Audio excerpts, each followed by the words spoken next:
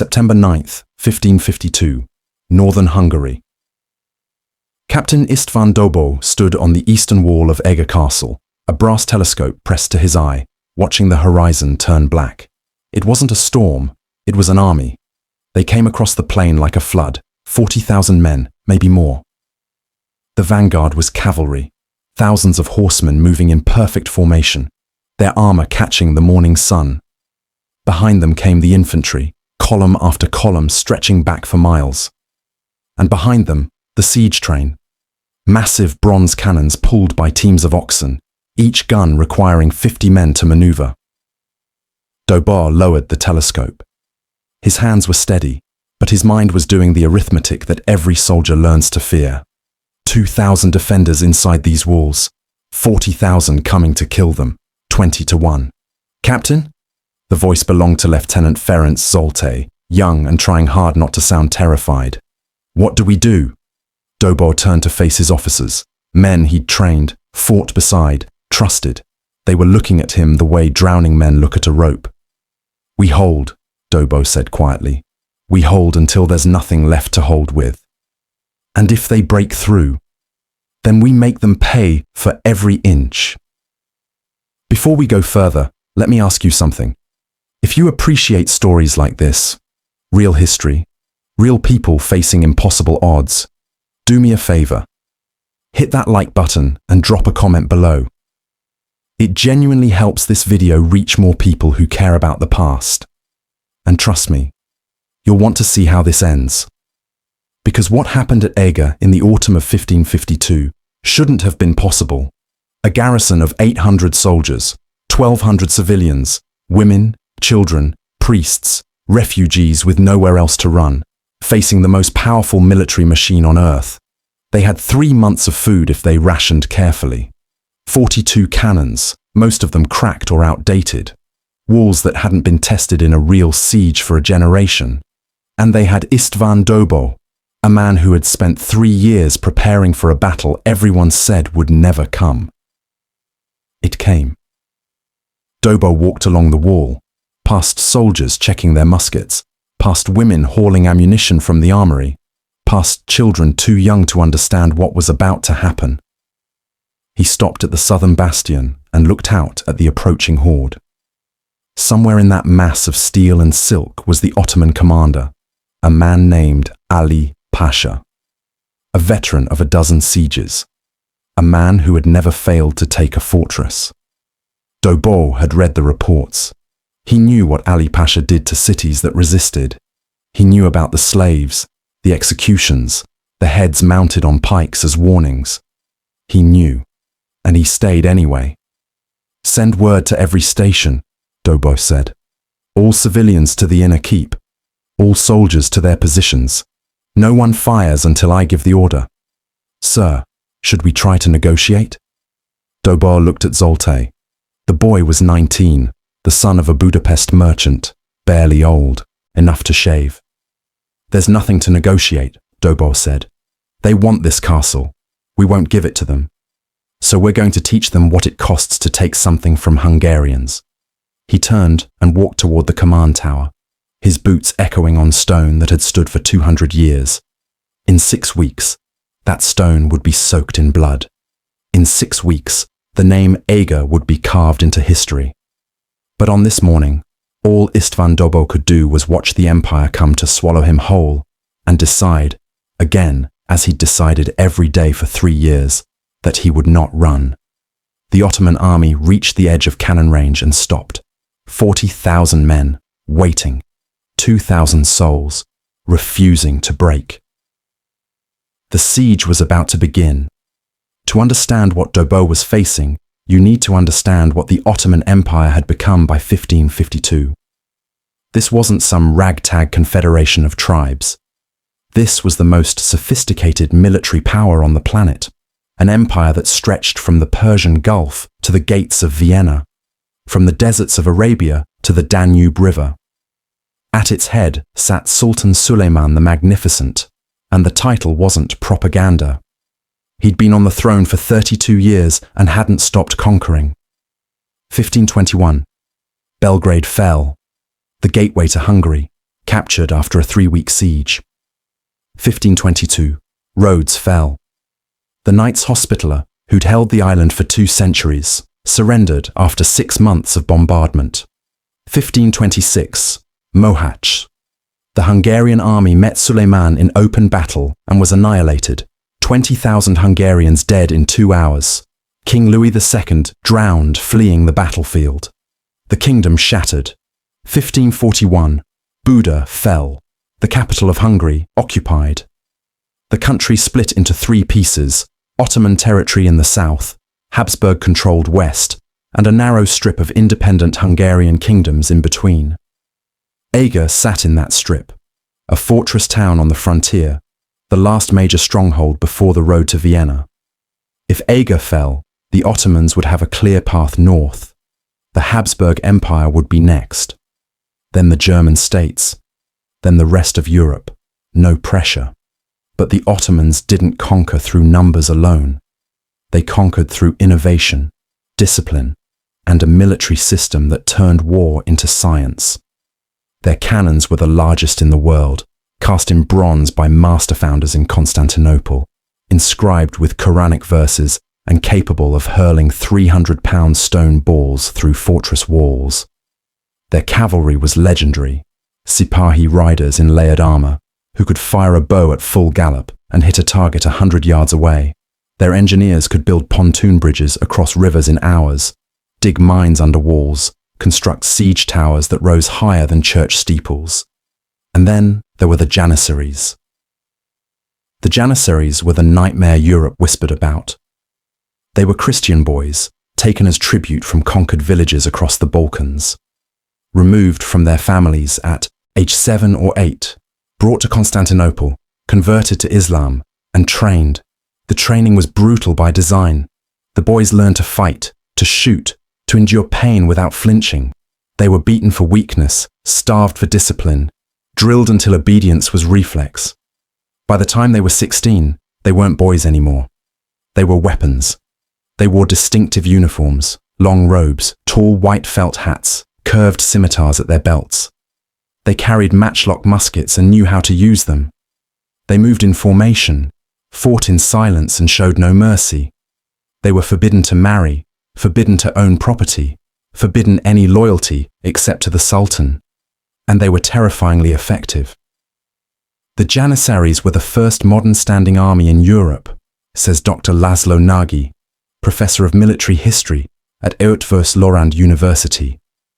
They were professionals in an age of feudal levies. They trained year-round. They fought as units, not individuals. A European knight might be brave, but he was one man. A Janissary was part of a machine. By 1552, there were 40,000 Janissaries in the Ottoman military. Ali Pasha brought 10,000 of them to Eger. The Ottomans didn't just attack fortresses, they systematically dismantled them. The process was refined over centuries, a formula applied to city after city. Step 1. Surround the target. Cut off all supply lines. No food in, no messengers out. Psychological isolation. Step 2. Bombardment. Position the cannons just outside musket range and fire, day and night, until the walls crack.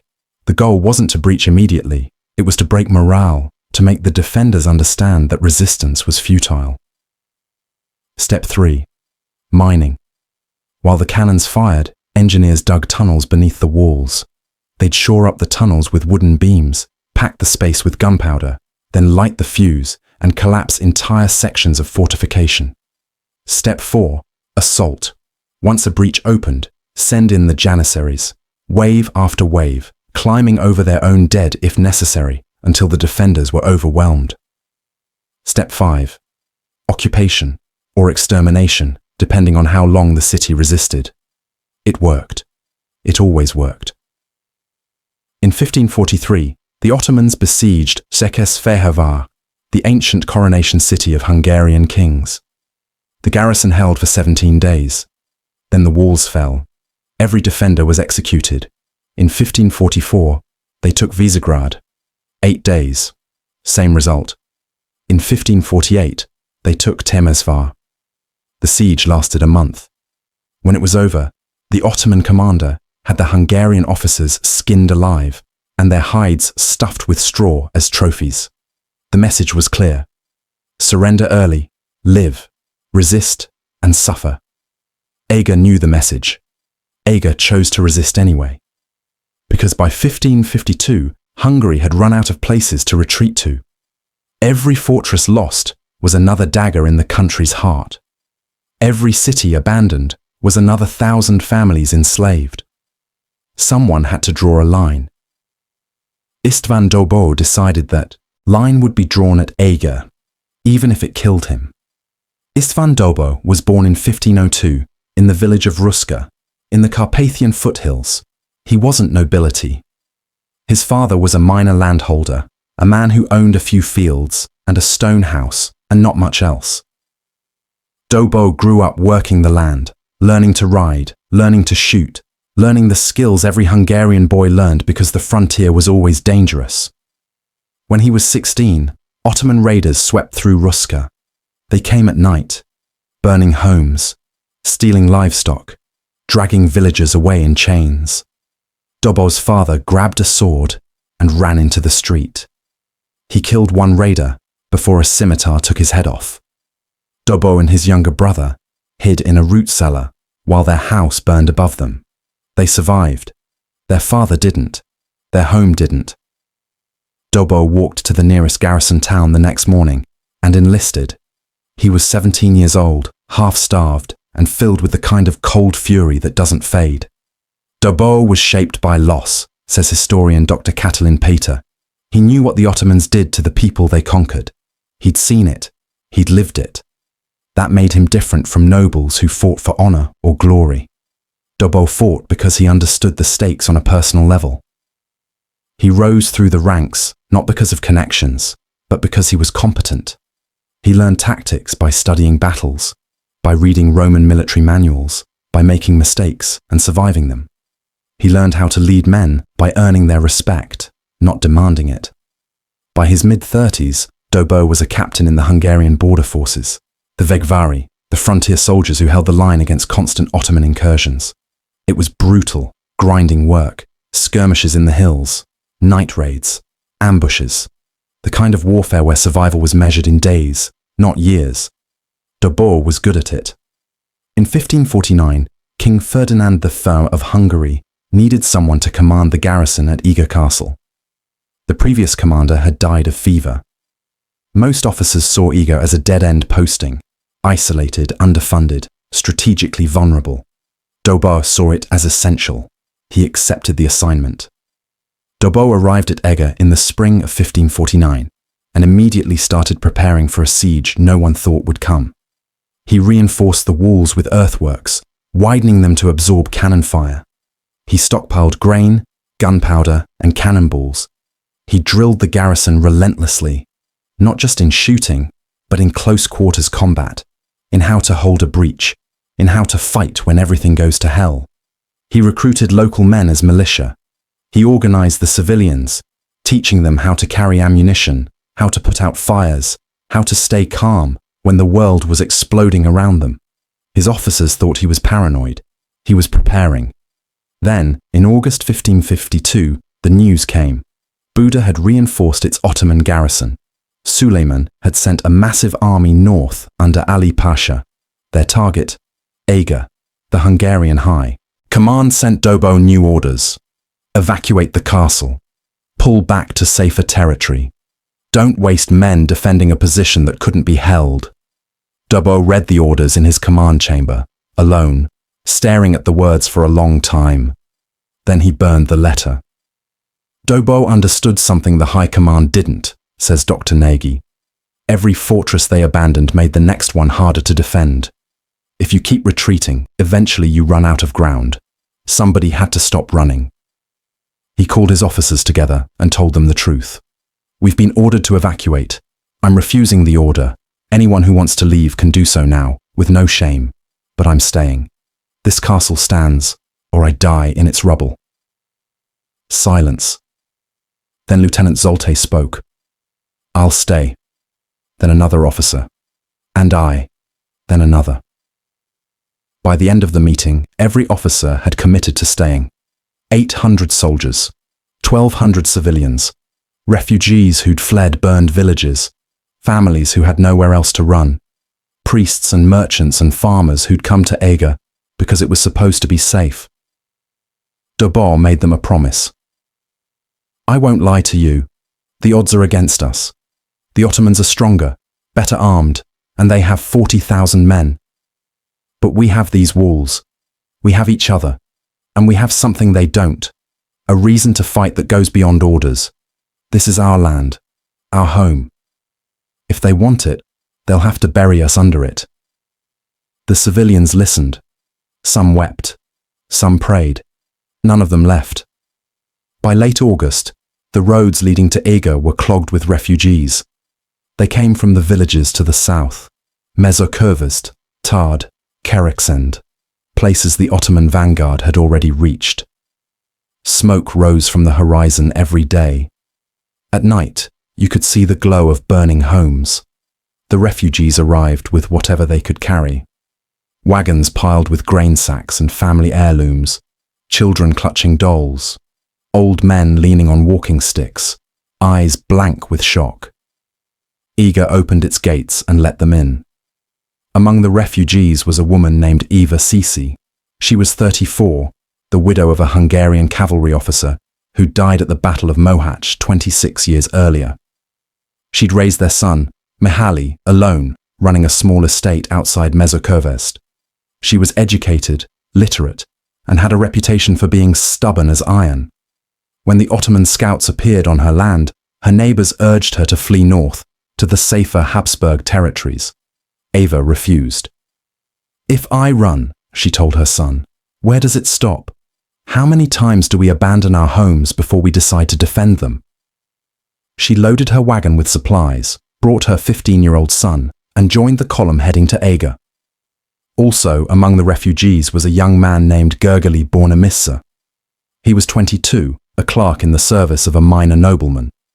He had soft hands, no combat training, and a nervous habit of adjusting his glasses when he was anxious, which was often. He'd come to Eger because he had nowhere else to go. When the refugees entered the castle courtyard, Dobó was there to meet them. He stood on a wooden platform and addressed the crowd. You're safe here. We'll feed you, shelter you, and protect you. But I need you to understand something.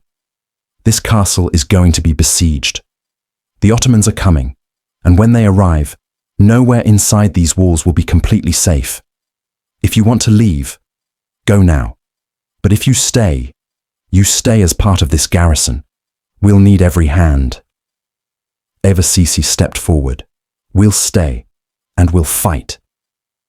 Dobó looked at her, this sharp-eyed woman with dirt on her dress and steel in her voice.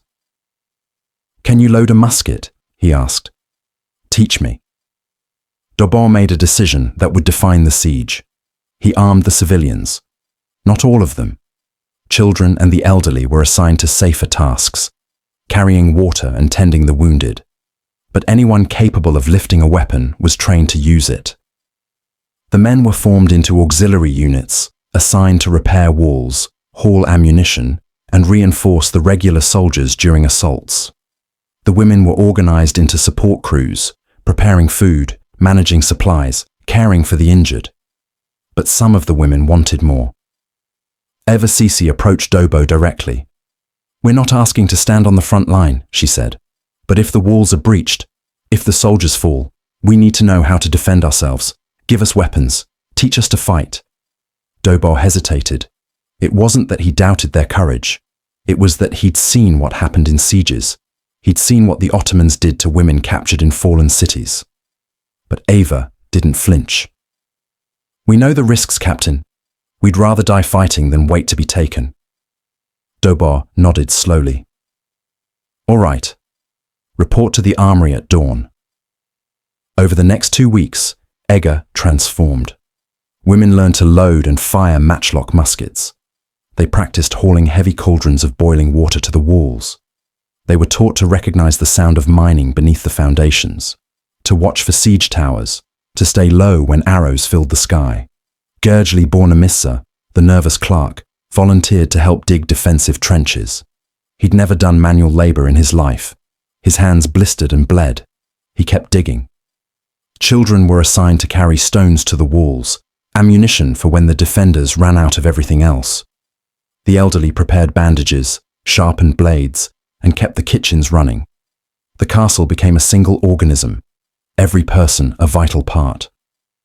Dobó walked the walls every evening, watching his people work. He saw Eva Sisi practicing with a musket, her jaw set in concentration. He saw Bornemissa stumbling under the weight of a basket of rubble, refusing help. He saw soldiers teaching farmers how to hold a spear, how to stand in formation, how to trust the man beside you.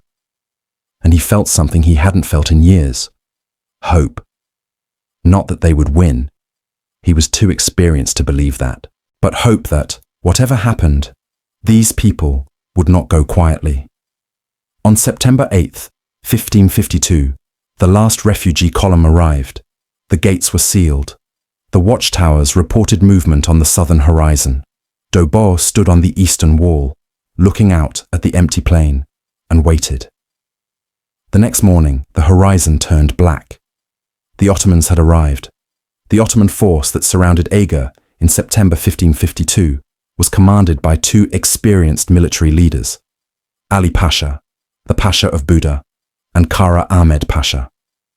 Ali Pasha had served in multiple campaigns across the Ottoman Empire. He had participated in sieges in Persia, supervised military operations in the Balkans, and administered Ottoman-controlled Hungary from his base in Buda. He was methodical, patient, and accustomed to success. Historical records suggest that Ali Pasha did not initially view Eger as a significant challenge. The fortress was isolated, lightly garrisoned, and cut off from reinforcement. Ottoman intelligence estimated the garrison at fewer than 1,000 soldiers. By comparison, Ali Pasha commanded approximately 40,000 troops, including 10,000 Janissaries, 15,000 provincial cavalry, and substantial contingents of engineers, sappers, and artillery specialists. The Ottoman siege train included heavy bronze cannons capable of firing stone projectiles weighing up to 300 pounds. These guns had demolished fortress walls across Europe, Asia, and North Africa. Ottoman siege doctrine in this period was highly developed, explains Dr. Gabor Agustin, professor of history at Georgetown University and specialist in Ottoman military history. They didn't rush. They systematically isolated the target, destroyed its defenses through bombardment and mining, then overwhelmed it through coordinated assault. The process had been refined over centuries. On September 10, 1552, Ali Pasha sent an envoy to the gates of Eger under a flag of truce. The message was standard Ottoman procedure: surrender the fortress immediately, and the garrison would be granted safe passage. Refuse and face total annihilation.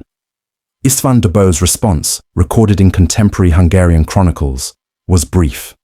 The fortress would not surrender. The envoy returned to the Ottoman camp. Ali Pasha gave the order to begin bombardment. On September 11, 1552, the Ottoman artillery opened fire. The sound was unlike anything most of the defenders had experienced. The heavy cannons produced a deep, earth-shaking boom that could be heard for miles. The projectiles, massive stone balls, screamed through the air and struck the castle walls with devastating force. When a 300-pound stone ball hits a medieval fortification, the impact creates shockwaves that radiate through the masonry. Mortar cracks, stones shift, entire sections of wall can collapse inward. The Ottomans positioned their heavy guns approximately 800 yards from the castle, just beyond the effective range of Eger's lighter defensive cannons. This allowed them to bombard the walls with relative impunity. The Hungarian guns at Eger were mostly smaller caliber pieces, suitable for anti-personnel work, but not for counter-battery fire at that range, notes Colonel Voss. Dobó couldn't silence the Ottoman guns. All he could do was absorb the punishment and repair the damage as quickly as possible. The bombardment continued day and night. Ottoman gunners worked in shifts, maintaining a steady rhythm of fire designed to wear down both the fortifications and the defenders' morale. Historical accounts describe the psychological toll. The constant noise made sleep impossible. Dust filled the air. Defenders developed what modern soldiers would recognize as shell shock, a numbed, exhausted state induced by prolonged exposure to artillery fire. But the walls held. Dobó had prepared for this. The earthwork ramparts he'd constructed behind the stone walls absorbed much of the kinetic energy from the cannonballs. When sections of masonry crumbled, work crews immediately filled the gaps with timber, rubble, and packed earth. The Ottomans fired hundreds of rounds in the first week alone. The outer walls showed damage, but no major breaches opened. Ali Pasha adjusted his strategy. If the cannons alone wouldn't break the fortress, he would combine bombardment with direct assault. On September 16, 1552, the first major attack began. Shortly after dawn on September 16th, Ottoman drums began to beat. The sound was rhythmic, relentless, and deliberately intimidating. Thousands of Janissaries assembled in formation outside the castle walls, organized into attack columns.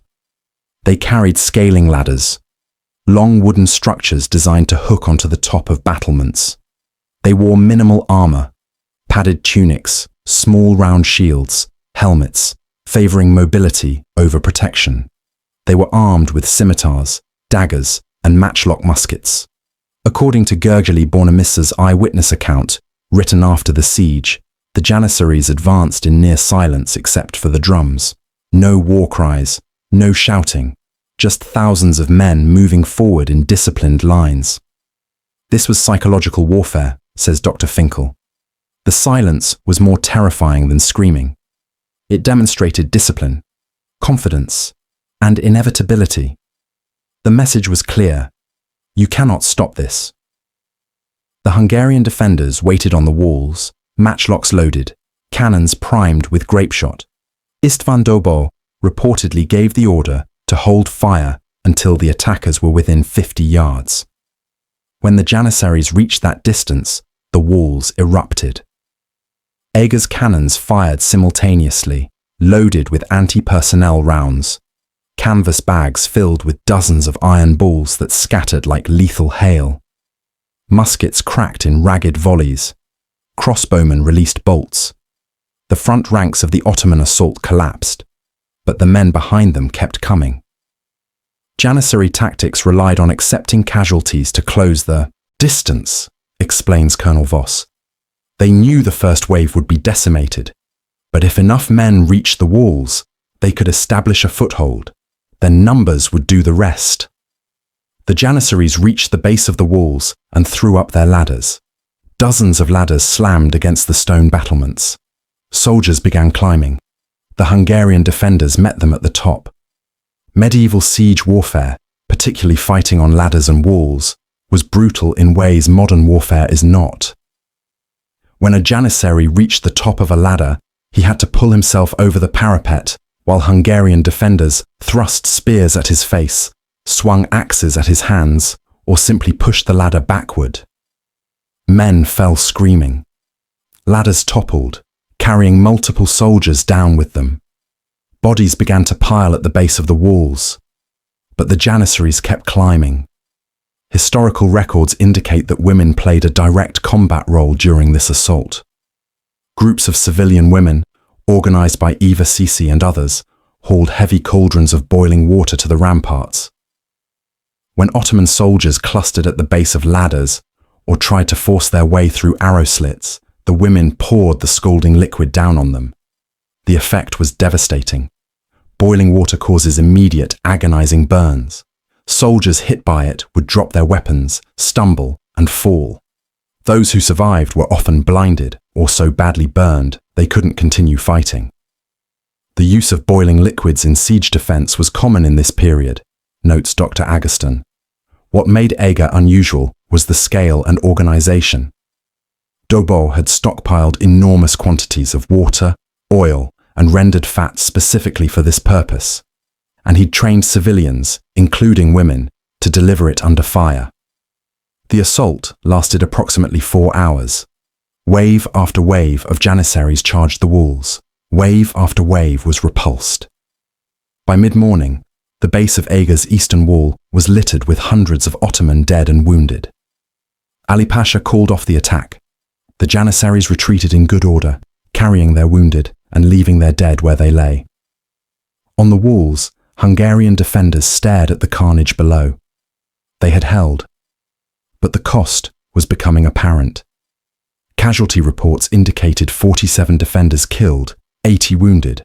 For a garrison that started with only 800 soldiers, those were unsustainable losses, and everyone knew this was just the beginning.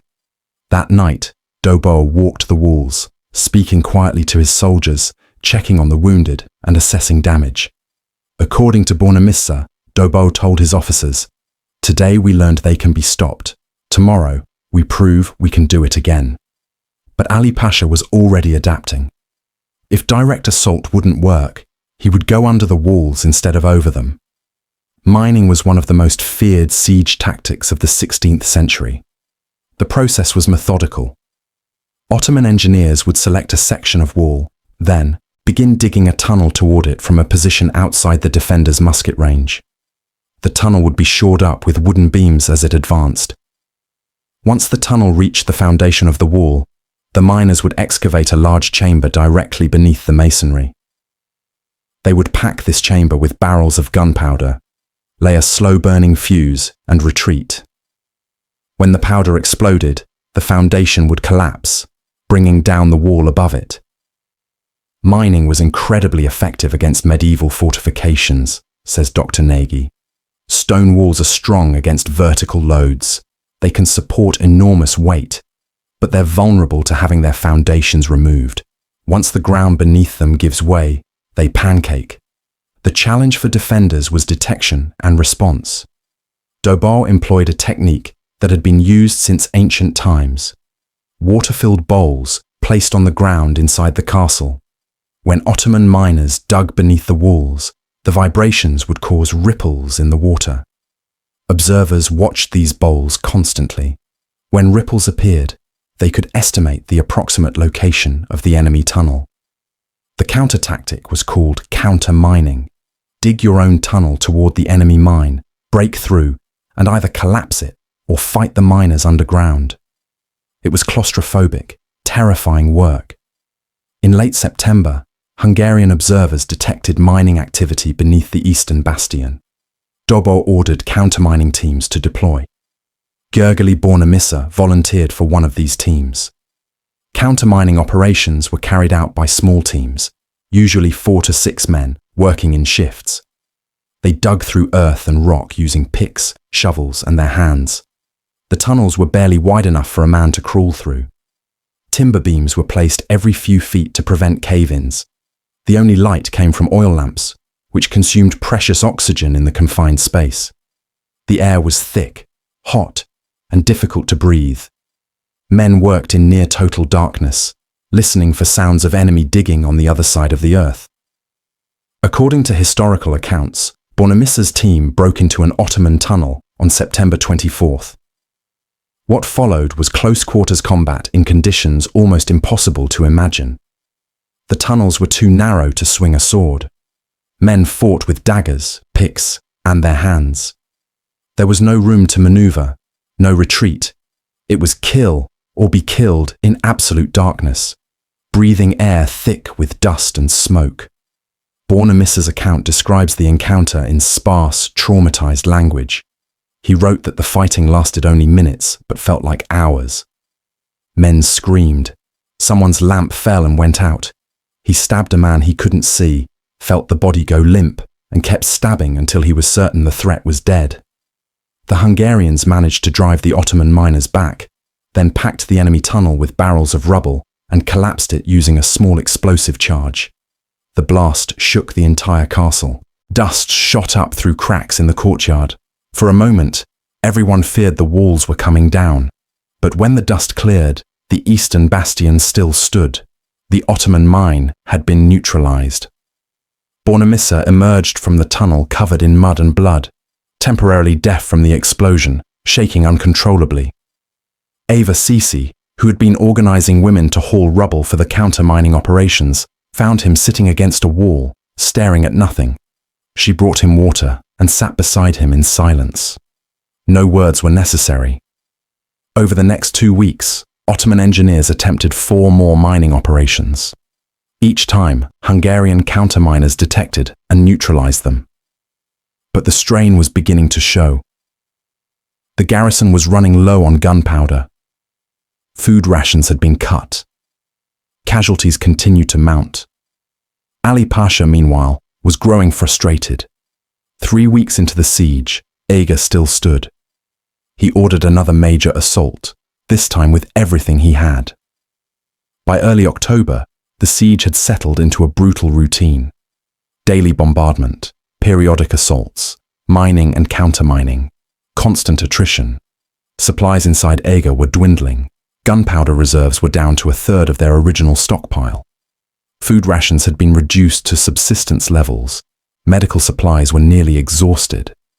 The wounded filled the castle's chapel, which had been converted into a makeshift hospital. Civilian women tended injuries with limited bandages, no anesthesia, and nothing but prayer for infection. Morale remained high, but everyone understood the arithmetic. Every casualty weakened the defense. Every spent barrel of gunpowder brought them closer to helplessness.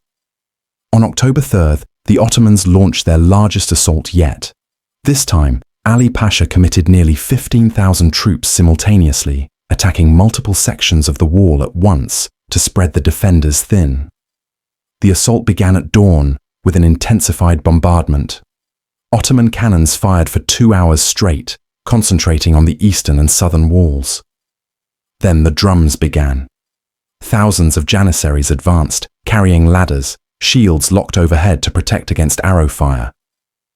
They were supported by provincial troops, Anatolian infantry armed with pikes and swords, who surged forward in a human wave designed to overwhelm the defenders through sheer numbers. The Hungarian garrison was stretched to the breaking point. Dobó had approximately 500 able-bodied soldiers left. He deployed them along 600 yards of wall.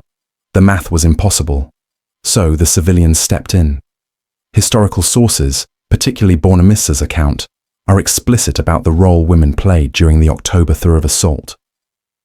Groups of women, led by Eva Sisi and others, formed fire teams. They heated massive cauldrons of water, oil and animal fat to boiling temperatures, then carried them, often under direct enemy fire, to sections of the wall where Ottoman troops were attempting to scale.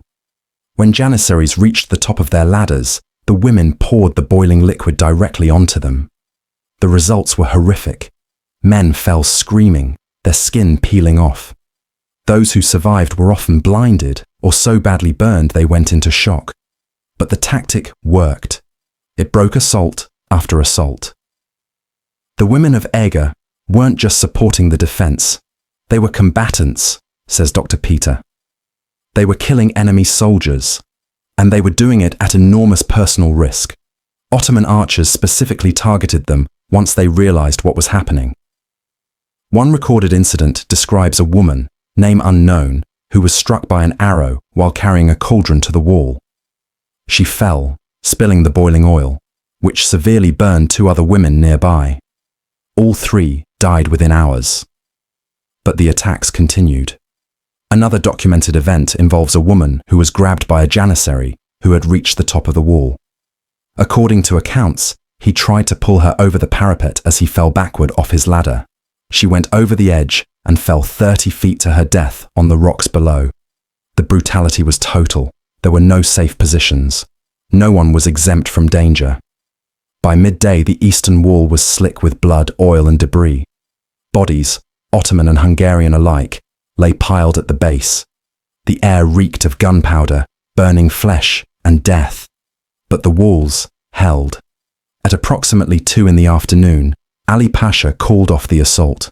The Ottomans had suffered massive casualties. Estimates suggest over 2,000 killed or wounded in a single day. Eger's losses were also severe.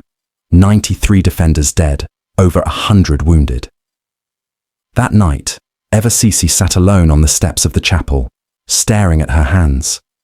They were badly burned from handling hot cauldrons. The skin was blistered and peeling. According to Bornemissa, she wept, not from pain, but from exhaustion and the weight of what she had done and seen. Dobó found her there. He said nothing. He simply sat beside her. After a long silence, Sisi reportedly asked, "How much longer can we last?" Dobó's response, as recorded by Bornemissa, "As long as we must." But privately, Dobó knew the truth. Eger was running out of time. By mid-October, István Dobó faced a critical problem. His garrison was exhausted. Ammunition was running critically low. Food supplies were nearly depleted.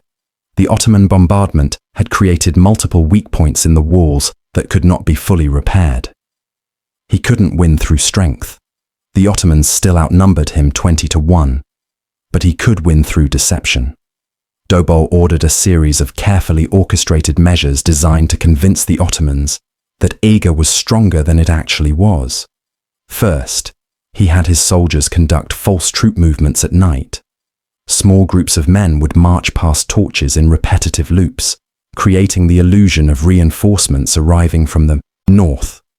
Second, he ordered all remaining cannons to fire coordinated volleys at regular intervals throughout the night, not at specific targets, but simply to make noise and create the impression of a well-supplied arsenal. Third, he had the garrison sing, loudly, war hymns, folk songs, anything that projected confidence and defiance. The singing could be heard across the valley, reaching the Ottoman camp. This was psychological operations in the 16th century, says Dr. Nagy. Dobó understood that Ali Pasha was making decisions based on intelligence reports and observations. If he could manipulate those observations, he could influence Ottoman decision-making. The strategy worked. Ottoman scouts reported back to Ali Pasha that the fortress appeared to have received reinforcements.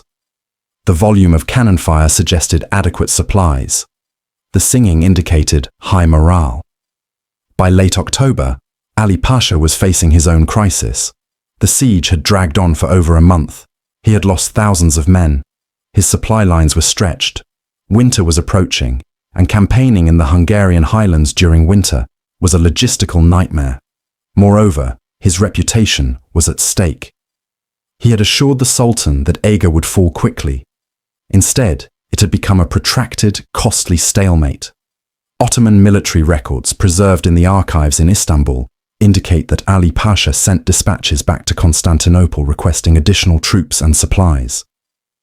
But he also knew that reinforcements would take weeks to arrive, and every day the siege continued. His position weakened. There was another factor: Hungarian relief forces. Throughout October, there were persistent rumors that a Hungarian relief army was being assembled in the north.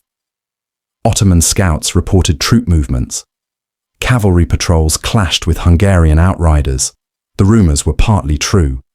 King Ferdinand had authorized the formation of a relief column, but internal political disputes and lack of funds had delayed its departure. By mid-October, the relief force still hadn't left Bratislava.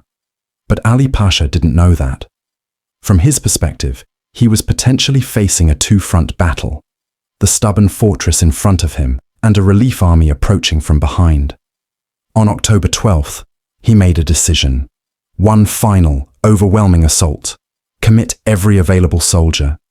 If Eger fell, the campaign would be salvaged. If it didn't, he would withdraw before winter, and before any relief force could arrive. The date was set: October 17th, 1552. Every soldier in the Ottoman camp knew it. This would be the decisive battle. In Eger, Hungarian scouts observed the preparations, the massing of troops, the stockpiling of ladders and siege equipment, the movement of artillery into closer positions. Dobó called his officers together and told them the truth. The next assault would be total. The Ottomans would throw everything at the walls. If the defense broke anywhere, the castle would fall. He gave his final orders. Every able-bodied person, soldier or civilian, man or woman, would fight. There would be no reserves, no fallback positions. Hold the walls or die trying. On the night of October 16th, the defenders of Eger prepared for the end. October 17th, 1552, dawn. The Ottoman bombardment began at first light and was unlike anything that had come before. Every cannon in the siege train fired simultaneously. The noise was continuous, overwhelming, a physical force that made the ground shake and the air vibrate. For 2 hours, the cannons pounded the walls without pause. Sections of the eastern wall collapsed. The southern bastion cracked along its foundation. Dust and smoke filled the air so thickly that visibility dropped to a few yards. Then, suddenly, the cannons stopped. In the silence that followed, the drums began. According to multiple historical accounts, approximately 25,000 Ottoman troops attacked Eger simultaneously on the morning of October 17th. The assault came from all sides. Janissaries stormed the eastern wall. Provincial infantry attacked the south. Cavalry dismounted and advanced on the western gates with battering rams. It was total war. The defenders met them with everything they had left. Cannons loaded with grapeshot fired point-blank into the massed troops. Musketeers fired, reloaded, fired again until their barrels were too hot to touch. Women hurled stones, poured boiling oil, swung improvised weapons at anyone who reached the top of the walls. The fighting was savage and chaotic. Ottoman soldiers breached the outer wall in 3 locations. Janissaries poured through, clashing with Hungarian defenders in hand-to-hand combat in the narrow courtyards. Dobó personally led a counterattack into the largest breach. Armed with a sword and accompanied by approximately 50 soldiers, he charged directly into the mass of Janissaries, attempting to secure the gap. Contemporary accounts describe Dobó fighting with desperate fury, cutting down multiple opponents, rallying his men by sheer force of will. The counterattack succeeded in clearing the breach temporarily, but at enormous cost. Half of Dobó's men were killed or wounded in the melee. By mid-morning, the defense was collapsing. Ottoman troops held positions inside the outer courtyard. The southern bastion was on the verge of falling. Ammunition was nearly exhausted. Casualties were catastrophic. Gergely Bornemissa's account describes this moment as the point when everyone believed the end had come. But then something unexpected happened.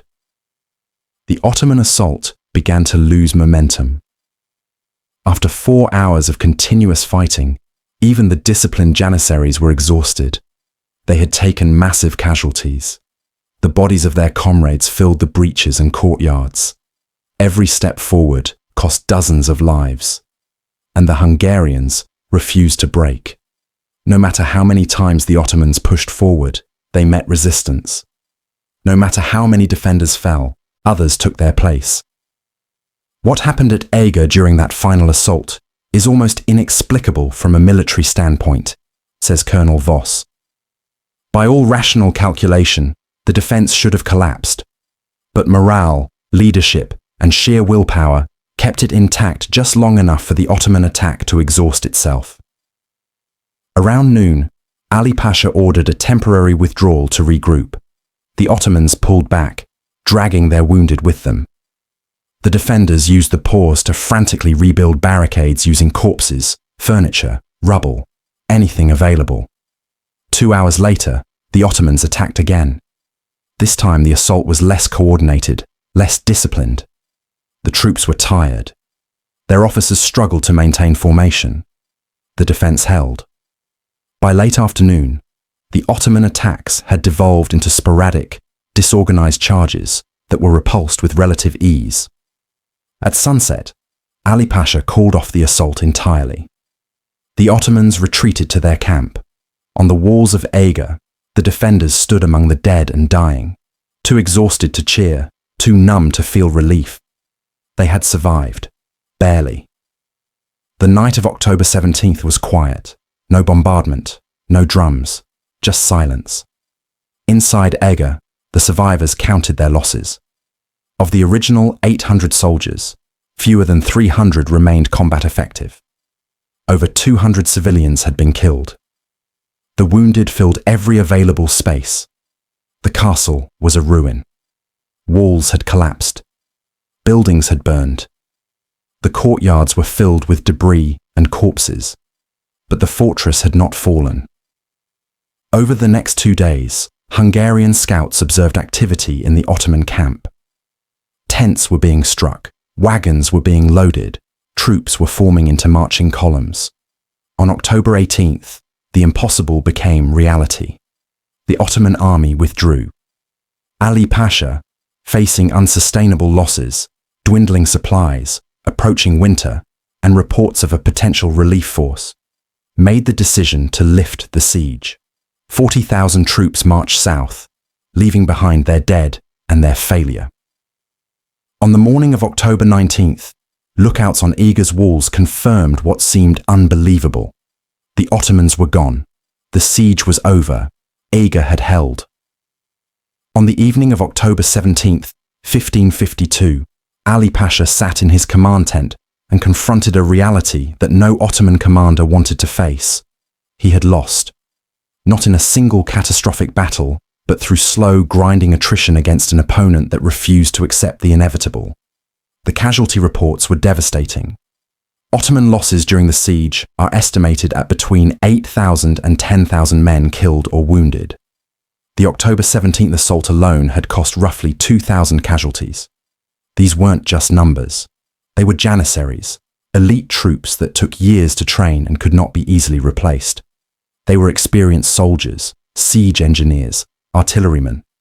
For the Ottoman military system, losing 10,000 men wasn't strategically crippling, explains Dr. Agustin. The empire could absorb those losses, but losing them for nothing, failing to take a minor fortress, that was a political and psychological disaster. Ali Pasha's supply situation was equally dire. The siege train had expended enormous quantities of gunpowder. Food supplies for 40,000 men, even with regular resupply caravans, were running low. And winter was approaching. Campaigning in the Hungarian highlands after October was logistically nightmarish. Temperatures dropped below freezing. Roads turned to mud. Supply lines became unreliable. There was also the persistent threat of Hungarian relief forces. While Ali Pasha's scouts had not confirmed the arrival of a major relief army, reports indicated troop movements to the north. The possibility of being caught between a fortified position and a field army was a scenario no commander wanted. On October 18th, Ali Pasha convened his senior officers. Ottoman military records preserved in the Topkapi Palace archives in Istanbul include references to this council. While the exact details of the discussion are not recorded, the outcome is clear. Ali Pasha ordered a general withdrawal. The decision was rational from a military standpoint, but it carried significant consequences. Ali Pasha had assured Sultan Süleyman that Eger would fall quickly. Instead, the siege had dragged on for 39 days and ended in failure. Retreating from Eger was a humiliation, says Dr. Finkel. Not just for Ali Pasha personally, but for the Ottoman military establishment. They had thrown overwhelming force at a minor fortress and been defeated by a garrison that, on paper, shouldn't have lasted a week. The withdrawal began immediately. Ottoman engineers dismantled the siege works. Artillery pieces were loaded onto wagons. Tents were struck. The camp that had sprawled across the valley for over a month disappeared within 2 days. By the morning of October 19th, the Ottoman army was in full retreat southward, leaving behind burned siege equipment they couldn't transport, mass graves for their dead, and the fortress they had failed to conquer. October 19th, 1552, dawned cold and grey over Eger Castle. The defenders woke to silence. No cannon fire, no drums, no shouted orders from the Ottoman lines. For men and women who had lived under constant bombardment for 39 days, the silence was disorienting. Scouts were sent out cautiously, expecting ambush or trickery.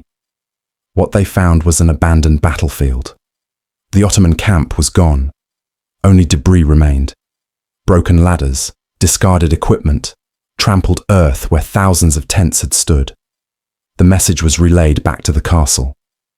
The siege was over. The Ottomans had withdrawn. Historical accounts describe the moment when this realization spread through the garrison.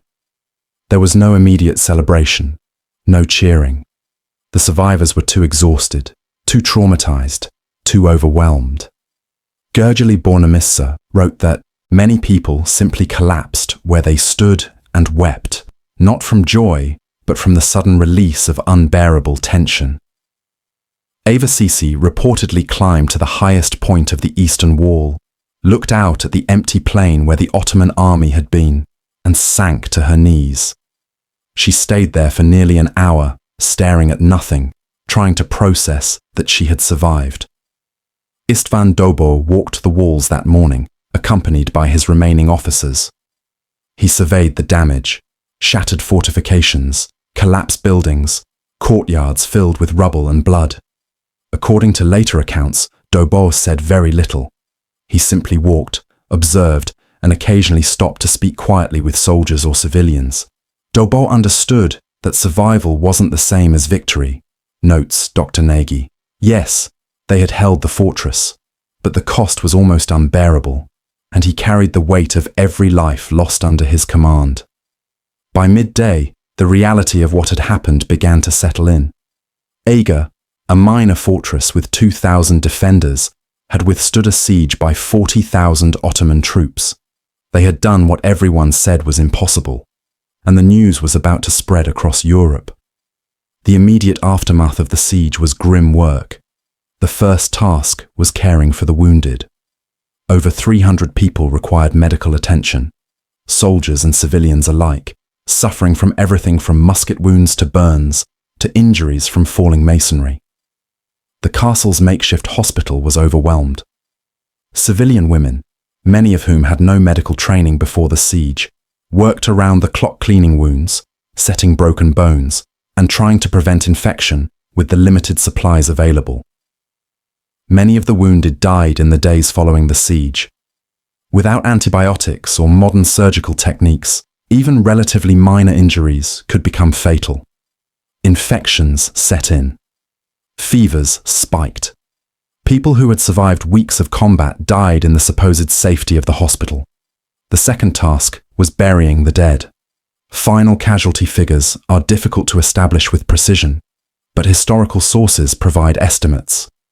Of the original 800 soldiers in the garrison, approximately 400 were killed during the siege. Another 200 were wounded, many seriously enough that they would never return to active service. Civilian casualties were equally severe. Estimates suggest that between 200 and 300 civilians died, killed by cannon fire during assaults or from disease and privation during the siege. In total, Eger lost roughly 1/3 of its population. Mass graves were dug outside the castle walls. Christian burial rites were performed over hundreds of bodies at once. The graves were marked with simple wooden crosses. The human cost of Eger was staggering, says Dr. Pater. These weren't professional soldiers who had chosen military careers. Many were farmers, craftsmen, women and children who ended up in a siege through circumstance, and they paid with their lives.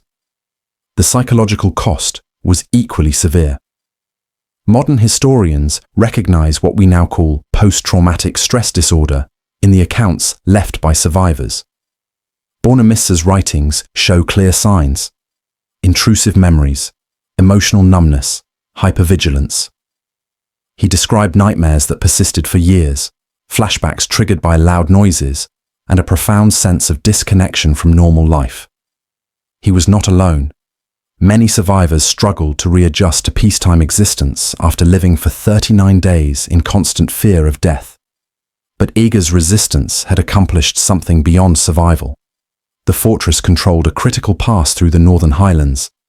Had it fallen, the Ottomans would have secured a direct route to the mining towns of Upper Hungary, towns that produced gold, silver, and copper, which provided essential revenue to the Habsburg crown. More importantly, Eger's defense had stopped the Ottoman advance cold. Ali Pasha's failure meant that the 1552 campaign ended in stalemate, rather than Ottoman victory.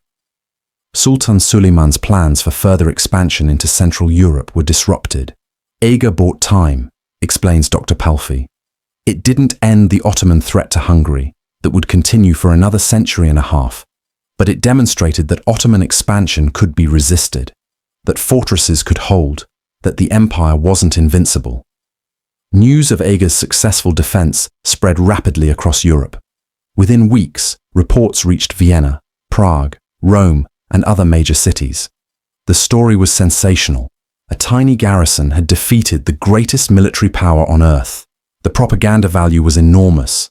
For decades, European Christians had watched the Ottomans advance seemingly without limit. Constantinople had fallen. The Balkans had fallen. Hungary had been carved apart. The Siege of Vienna in 1529 had come terrifyingly close to success. Eger proved that resistance was possible. The psychological impact of Eger can't be overstated, says Dr. Finkel.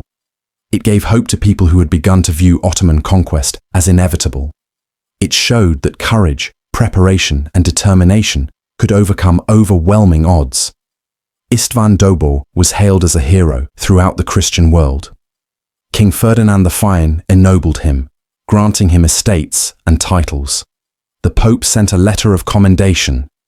Chronicles written in the years following the siege lionized Dobó as a Christian warrior who had stood against the infidel. Dobó himself was reportedly uncomfortable with the adulation. According to later accounts, when asked about his heroism, he deflected credit to his soldiers and the civilian defenders who had fought alongside them. "I did what was necessary," he reportedly said. "The people of Eger did the rest." He continued to serve as captain of Eger until 1565, overseeing the fortress's reconstruction and strengthening its defences. He died in 1572, 20 years after the siege, and was buried with full military honours. Eva Sisi and the other women defenders became symbols of Hungarian resistance. Chronicles and poems celebrated their bravery. Later generations would remember them as the fire women of Eger, civilians who had taken up arms to defend their homeland. Gergely Bornemissa survived the siege and later wrote the most detailed eyewitness account of the events. His chronicle, published in the late 16th century, remains the primary historical source for the siege. He lived until 1589, serving in various administrative positions. His writings suggest he never fully recovered from the trauma of the siege, but he considered his survival and his ability to document what happened a sacred duty. "These events must be remembered," he wrote in the introduction to his chronicle, "so that future generations understand the price of freedom and the courage of those who refuse to surrender it." The Siege of Eger marked a turning point in the Ottoman Habsburg struggle for control of Central Europe. Following Ali Pasha's failure, Sultan Suleiman did not authorize another major offensive into northern Hungary for several years. Ottoman strategy shifted toward consolidating control over already conquered territories, rather than pushing deeper into Habsburg lands. The fortress of Eger itself was extensively rebuilt and reinforced in the decades following the siege. It remained a critical strongpoint on the frontier and was never again seriously threatened by Ottoman forces. The military lessons of Eger were studied by commanders throughout Europe. Dobó's defensive tactics, the use of earthwork reinforcements, the integration of civilian defenders, the emphasis on countermining operations, and the psychological warfare that convinced the Ottomans the garrison was stronger than it actually was, became textbook examples of effective siege defense. Eger demonstrated that even a relatively small force could defeat a much larger attacker if properly led, well prepared, and fighting on favorable terrain, notes Colonel Voss. Those principles remain valid in military doctrine today. The siege also had cultural and political ramifications. In Hungary, Eger became a symbol of national resistance. During periods of foreign occupation and political oppression over the following centuries, Hungarians invoked the memory of Eger as proof that their nation could survive against impossible odds. The fortress and the story of the siege became central to Hungarian national identity. In the 19th century, the novelist Géza Gárdonyi wrote Eclipse of the Crescent Moon, a historical novel based on the siege that became one of the most beloved works in Hungarian literature. Today, Eger Castle is a national monument and museum. Thousands of visitors walk its restored walls each year, learning about the siege and the people who defended it. The Ottoman Empire, meanwhile, continued to pose a threat to Europe for another century and a half, but the momentum had shifted.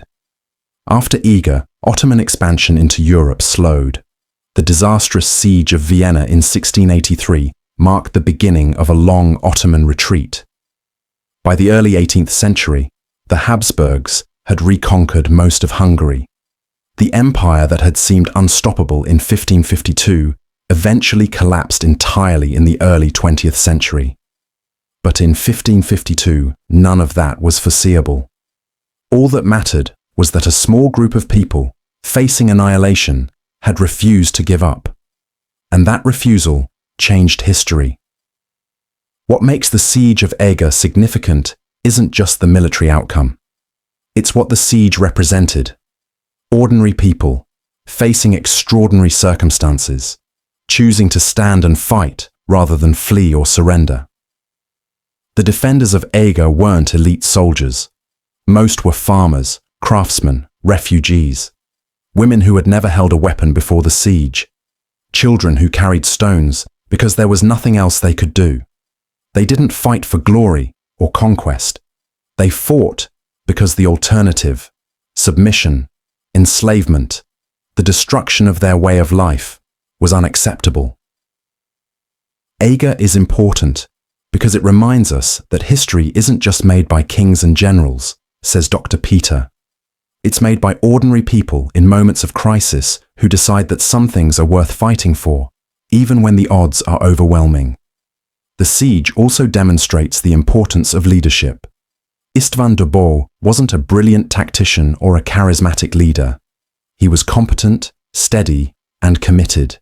He prepared his garrison. He made rational decisions under pressure. He didn't panic when the situation became desperate. And perhaps most importantly, he trusted the people under his command, including civilians and women, to rise to the occasion. That trust was rewarded. Leadership in crisis isn't about grand gestures, notes Dr. Nagy. It's about preparation, clear communication, and believing that people are capable of more than they think they are. Dobó embodied that. The Siege of Eger also offers a lesson about the limits of military power. The Ottoman Empire had every advantage: numbers, technology, experience, resources. By every rational calculation, they should have won. But wars aren't fought on spreadsheets. Morale matters. Terrain matters. Will matters. The Ottomans could besiege Eger. They could bombard it, mine it, assault it repeatedly. But they couldn't break the will of the people defending it. And ultimately, that made all the difference. If this story resonated with you, I need to ask a favor. Share this video. Leave a comment about what stood out to you. Was it the leadership, the civilian defenders, the impossible odds? Subscribe to the channel if you want more deep historical narratives like this. And here's a question worth thinking about. If you were in Eger in 1552, knowing the odds, knowing what was coming, would you have stayed and fought? Or would you have fled north to safety while you had the chance? There's no right answer. It's easy to admire heroism from a distance. It's much harder to choose it when your life is on the line. But that's exactly what 2,000 people did in the autumn of 1552. They looked at an empire, calculated the odds, and decided those odds didn't matter. They held a fortress that shouldn't have held. They defeated an army that shouldn't have been defeated. And they proved that courage, preparation, and refusal to surrender can accomplish what logic says is impossible. History remembers those who stand when standing seems futile. The defenders of Eger stood, and 4.5 centuries later, we're still telling their story. That's legacy. That's what matters. The Siege of Eger wasn't just a battle.